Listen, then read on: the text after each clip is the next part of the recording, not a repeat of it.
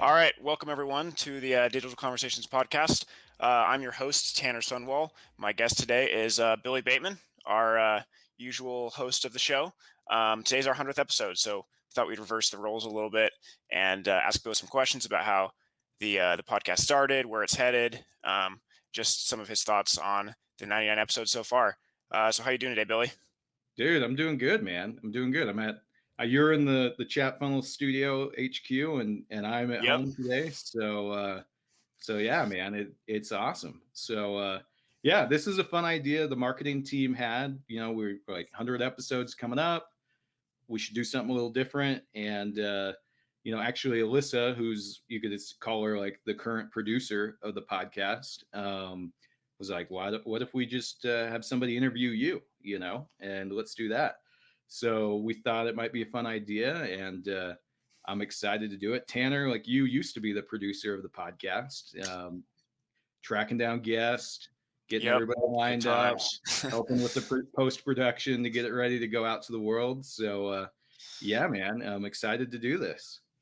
Yeah, I remember when we hit the like the 50 whatever, like the year mark episode, like Yeah. the 52nd or 53rd, and that was crazy. And now we're almost a whole nother year past that. So it's crazy to think about. Well, yeah, for anyone that's new to the show or doesn't know that much about you, do you just want to give a quick introduction of chat funnels or yourself? Yeah. So Billy Bateman, one of the founders of Chat Funnels, run day-to-day operations and product, or where I spend most of my time. But could be doing anything from HR to accounting to working on sales in any given day.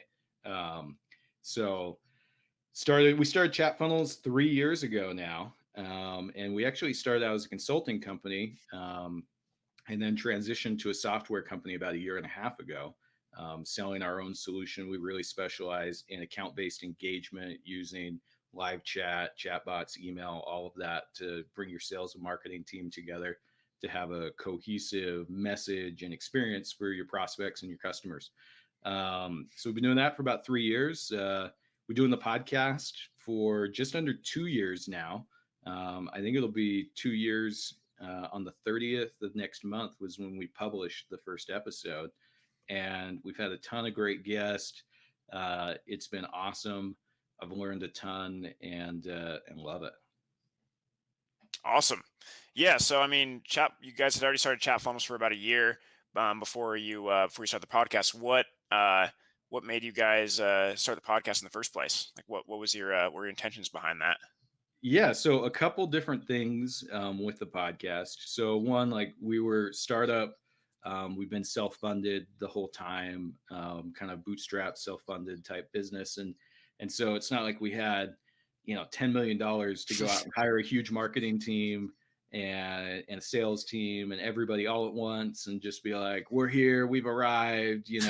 Um, and I love podcasts myself. Like, every day I listen to at least one podcast a day, whether it's something like business related or sports or hunting, or even just like kind of random things. I love Joe Rogan. Don't listen to all of his episodes, but dude, I love the Joe Rogan experience. So I thought podcast would be an easy way for us to get started creating our own content, and also build the tribe.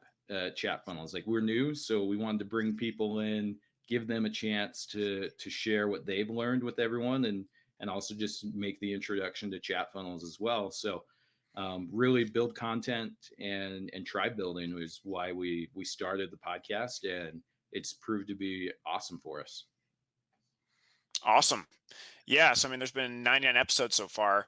I guess what have you learned as you've progressed through those 99 episodes? Has anything changed?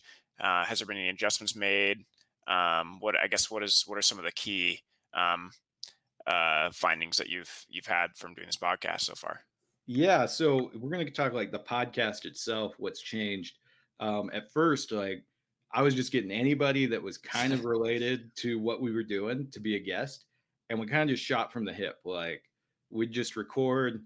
Our first office was in this dingy little building. We didn't do video because I would have been coming to you from like a utility closet essentially is where we record the podcast. Um, so so that's where we started out. Um, and like I was figuring it out, like listening to podcast and hosting a podcast, like whole different Yeah, no experience, doubt. So I had a lot to learn. We keep changing things, refining things. Like our process with recruiting guests, with preparing for the podcast, has gotten more refined and better, and we have more of a formula of who we're looking for and what we want to talk about on the podcast now than day one. Like if you go listen to episode 1, 2, 3, it's going to be way different than what you hear on our latest episodes. Um, so yeah, started out there, and like, I didn't even know what I was doing. I just talked to a few friends that I had who were doing podcasts with their business, and said, okay, like, what do I need to do? How do we get started? Anna was we called her the EP, the executive producer, for about a year of the podcast, and she helped me figure it out, and we just started rolling. So learned a lot about how to actually make a podcast, but then also what you learn from the guest is amazing.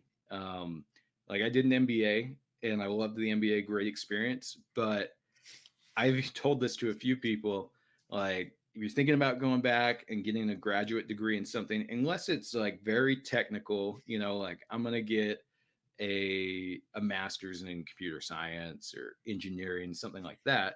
If it's more like a business focused type thing, I would say you might just try starting your own podcast, and you're going to learn a ton from getting experts and being able to ask them questions. Like whenever we bring somebody on, there's always something to be learned from them.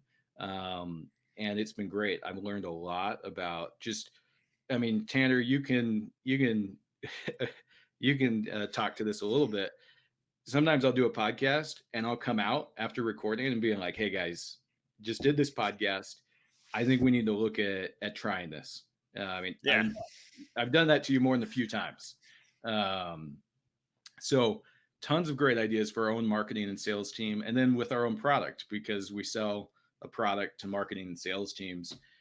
I get to hear, okay, these are what people are talking about. This is what they're trying to do or what they're wanting to do, or even what they just are doing right now. How do we, sometimes it's like, yeah, that doesn't make sense for us to try to help solve that problem. But other times it's like, wow, like we could easily just make an adjustment to the product or just educate people like, hey, they could actually solve this problem with our product. So ton to be learned. It's helped shape the product. It's helped shape our own marketing and sales, and then just the relationships I've been able to get started with people has been awesome. Like I love a lot of our guests are most of our guests are awesome. Like all of them are good. Most of them are awesome though. Like they are experts at whatever they're doing, and they've got a lot of great insights to share. Yeah, I liked your idea of starting a podcast instead of, maybe not instead of going to school, but I feel like it's a good networking opportunity. Yeah, Any knowledge you gain there is probably going to be at least slightly cheaper than yeah, no, getting a graduate degree.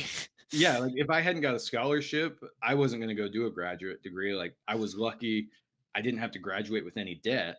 Um, but like, dude, if you start a podcast, like, hey, I want to do this. Well, if you start a podcast and just start reaching out to people, like people love to talk about themselves and what they're passionate about. Yes. So like we were nobodies when we started this, and a lot of the first guests were people I already had relationships with, and I could say, hey, we're starting a podcast, we'd love to have you on. um, and that's probably what anyone will have to do when they first get started, unless you like work at some big brand, that people are like, oh, I want to be on their podcast, um, then you can probably just start cold outreach. But after you've got a couple episodes done, like just doing some cold outreach, easy to do. Like people can see it's real, like you have a podcast. um, Whenever people reach out to me asking me to be on podcast, like if I can make it work and the topic actually fits to something I can speak to, which it usually does if they reach out, I'm happy to hop on, so Yeah, that's you were talking about how you've taken some of these ideas and strategies from your guests and applied them to marketing and both marketing and the product itself. Do you have any specific examples of times that that's really been effective? Yeah, so I wouldn't say this is one guest, but by doing the podcast, I was able to hear that the way, like, what people are passionate about in the last 2 years was, especially from a marketing standpoint, was like ABM.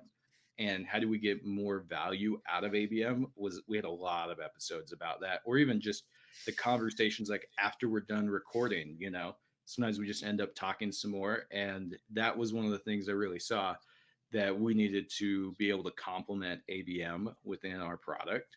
And then from sales, like I got this sense that there is some frustration, like marketing's doing ABM, but maybe we're not like seeing the results that we want to, or not getting the insights from marketing. Like it was a lot of different things from different people.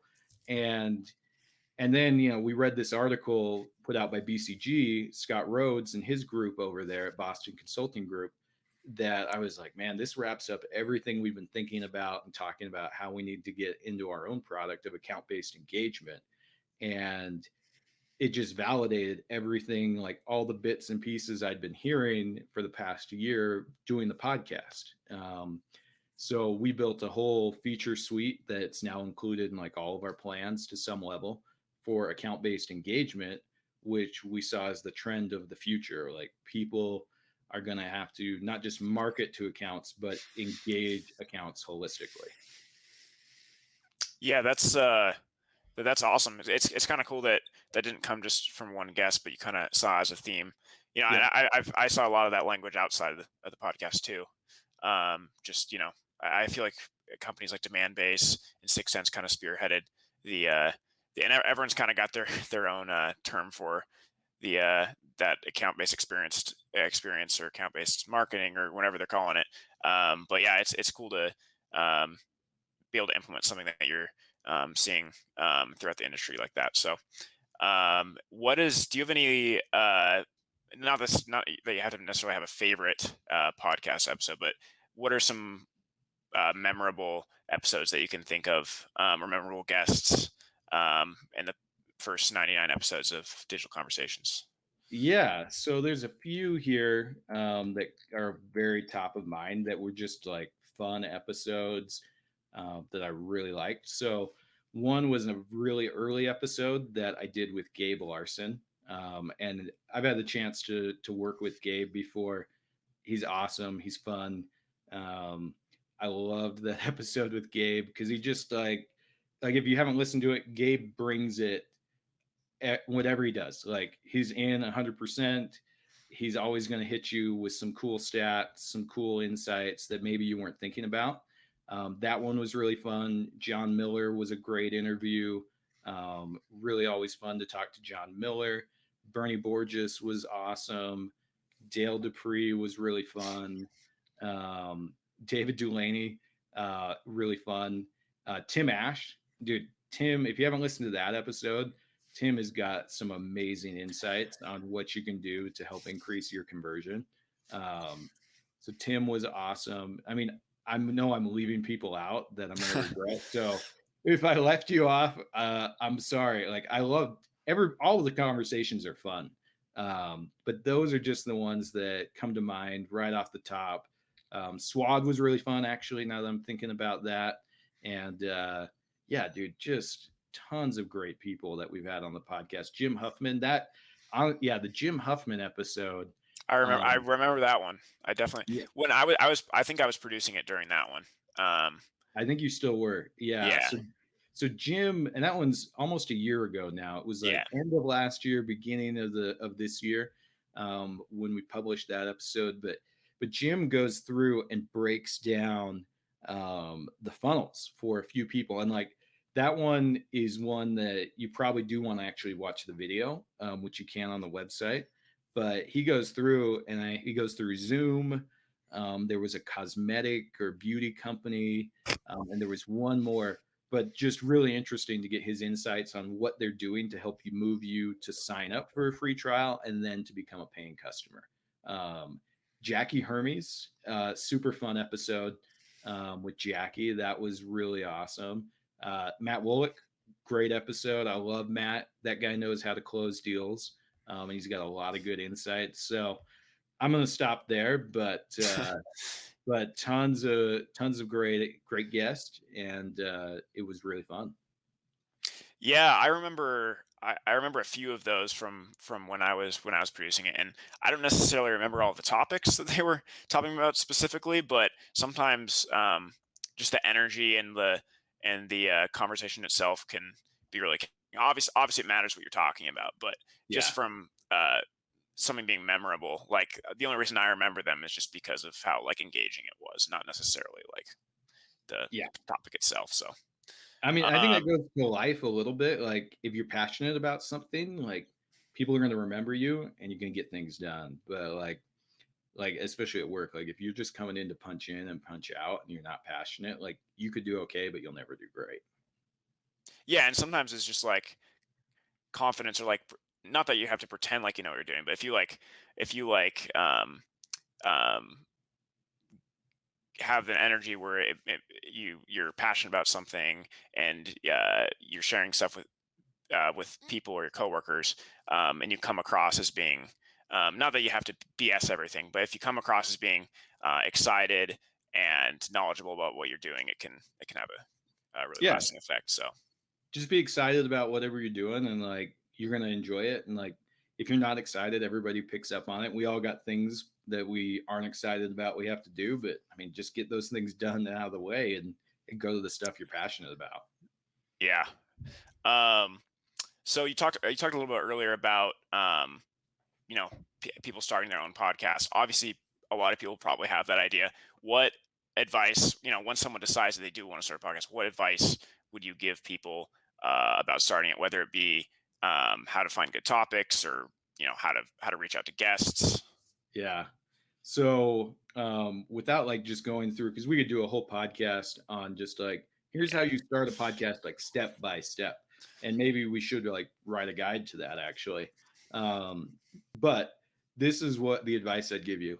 If you want to do it, like just start doing it. You can record them on Zoom, like just get a free Zoom account and you can record it. It's not super pretty, it's not great, but it works. Don't worry about it being perfect. Like just record an episode, record 2 episodes.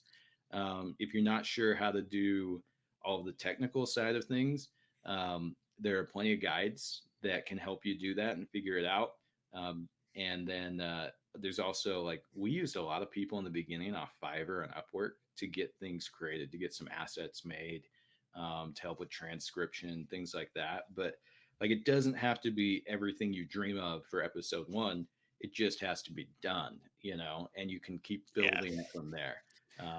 So you need Well, to and think like, of your oh, sorry. From like a production standpoint, like I think people care way more about the content than whether if there's video the first time, or like yeah, how good the sound quality is. Like um, people, the main reason people are listening is for the content and for the dialogue. So for sure, for sure. Like people want to be entertained.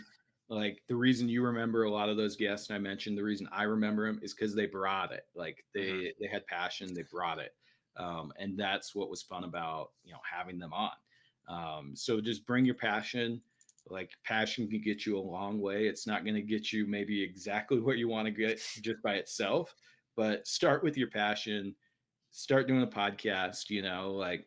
And it doesn't have to be about like whatever you're passionate about. Like I love chat funnels, I love our product, I'm passionate about it, but I got to be honest, like sometimes I think about, like, if you look behind me, I love hunting, I love fishing.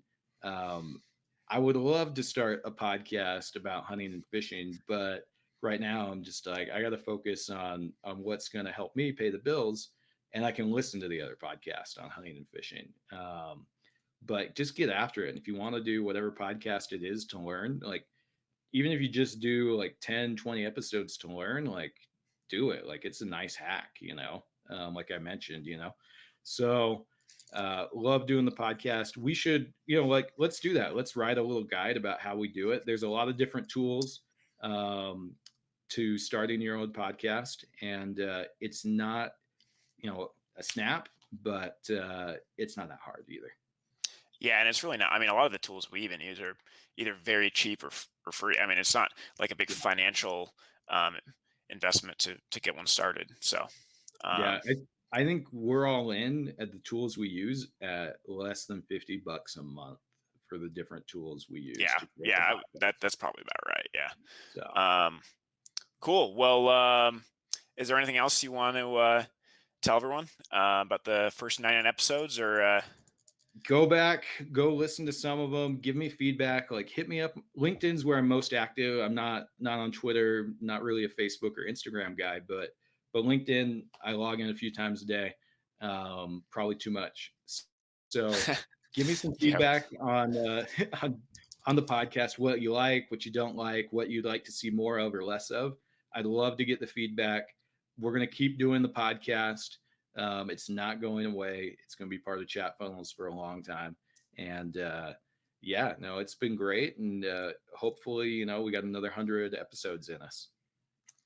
yeah, that's the goal. Well, great. Good for. Thanks for talking with me today, Billy. We'll be back next week with episode 101. So get the next 100 started off. Awesome. Awesome. And we're going to have a great guest for it. So stay tuned. Sweet.